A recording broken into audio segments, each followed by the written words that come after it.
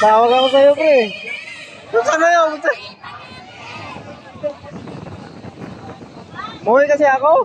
Muwi ka? May joyride dyan, sumakay ako. Bumalik ako agad. Isang matapang na hapon, mga kasama, mga kababayan. Tayo ngayon ay nasa harap ng Senado. Pagkatapos ng mga bagyo at baha, hindi pa rin tapos ang bagyo at baha ng korupsyon. Tuloy-tuloy ang nakawan sa flood control project.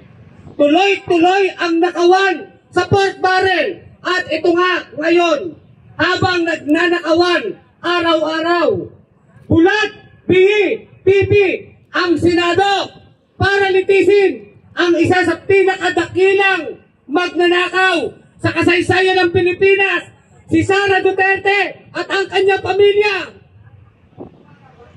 Mga magnanakaw, bakit ayaw niyong litisin ang kapwa niyo magnanakaw? May kasabihan sa Tagalog, ang magnanakaw, galit sa kapwa magnanakaw, pero parang hindi ganun eh. Hindi kayo magkakagalit. Magkakasampot kayo mga magnanakaw.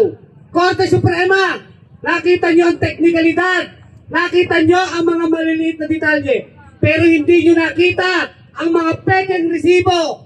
Sino si Mary Grace Piatos? Sino si Kokoy Villamin? Ang mahigit kalahating bilyon na nilustay ni Sara Duterte. Kaya tayo mga kababayan, hindi tayo titigil. Panagutin ang isa sa pinakadakilang magnanakaw sa kasaysayan ng Pilipinas, sa bahagi ng Bunyog. Hindi po kami titigil na kayo ay makasama para sa pagpapanagot sa mga abusado at mga tiwali ng taong bayan. Maraming salamat. Mga kabayan, lumalaban! Ang kabataang lumalaban!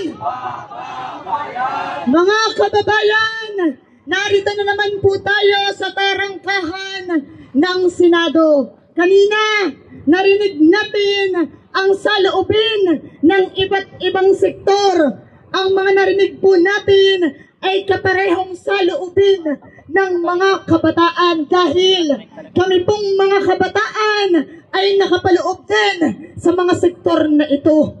Sa bawat pondong ninanakaw ni Sara Duterte sa sektor ng edukasyon, ang bawat salaping ninanakaw ng gobyernong ito sa mga manggagawa at magsasaka ay salaping ninanakaw sa mga kabataan. Ngunit mga kasama, alam niyo po, kaming mga kabataan hindi na nagugulat sa paulit-ulit na pagtataksil, sa paulit-ulit na kawalang integridad ng gobyernong ito. Bakit? Ang Senado pong ito na patuloy na nambabaliwala sa impeachment ni Sara Duterte ay ang parehong Senado na taon-taon pinagdaramutan ng sapat na pondo ang edukasyon ng kabataan. Sa datos mismo ng gobyerno, 1,000,000 mahigit na mga kabataan ang hindi nakapag-aaral dahil ginagawang negosyo ng gobyernong ito ang aming edukasyon. Habang ang Korte Suprema na nagdesisyon na ang unconstitutional ang impeachment ni Sara Duterte, mga kababayan, iyan ang parehong korte na nagpahintulot na ilibing sa libingan ng mga bayani ang numero 1 magnanakaw na si Marcos Sr. Kaya hindi po nakapagtataka na kayang baliin ng Korte Suprema ang batas at ang konstitusyon para lamang pagtakpan ang malawakang korupsyon, para lamang iabsuelto si Sara Duterte. Pero mga kababayan, batid po ng mga kabataan na wala tayong aasahan sa gobyernong ito. Kaya ngayong araw, Martes, matapos ang ilang araw ng kanselasyon ng mga klase, narito ang kabataan piniling lumiban sa mga paaralan upang sumama, upang singilin si Sara Duterte, dahil alam namin kung ipagkakait ng gobyernong ito ang hustisya, kinakailangan ang pakikiisa, ang pagsama ng kabataan sa lahat ng saray ng lipunan upang ipaglaban ang tunay na hustisya.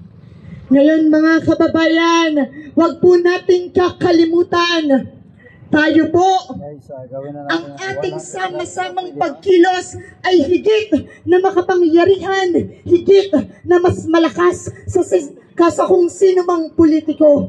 Iyan po ay pinatunayan na ng mga nagdaan nating tagumpay ng ating patalsikin ang pamilya Marcos sa pangunguna ng kabataang makabayan, sa pangunguna ng mga manggagawa. Iyan rin po ay pinatunayan ng kabataan, ng mamamayan ng ating patalsikin, si Erap Estrada, at ngayon na pinagdadamot ang pagpapanagot kay Sara Duterte. Hindi mangingimi ang kabataan, hindi mangingimi ang sambayanan, na ariin ang lansangan, ituring ang lansangan hindi lamang bilang paaralan, ituring natin ang lansangan bilang isang malawak, pinakamakapangyarihan na hukuman na hahatol sa lahat ng kurap, sa lahat ng mabang abuso, dahil sa huli, tanging mamamayan ang magbibigay ng tunay na katarungan. Kaya huwag magtataka ang gobyernong ito na ilang dekada man ang lumipas, patuloy ang mga kabataan, maraming mga kabataan ang patuloy na lumilisan sa kalunsuran upang tumungo sa kanayunan, mag-organisa at magpakilos sa hanay ng manggagawa at magsasaka, dahil alam natin na tanging sa landas ng pakikibaka ng mamamayan lamang natin matatamasa hindi lamang ang hustisya, pagkos maging ang mas malinaw na kinabukasan, isang kinabukasang wala na ang tulad ni Duterte, isang kinabukasan na wala na ang tulad ni Marcos Jr. Kaya naman mga kababayan, ating isigaw, makibaka! Huwag matakot! Huwag matakot!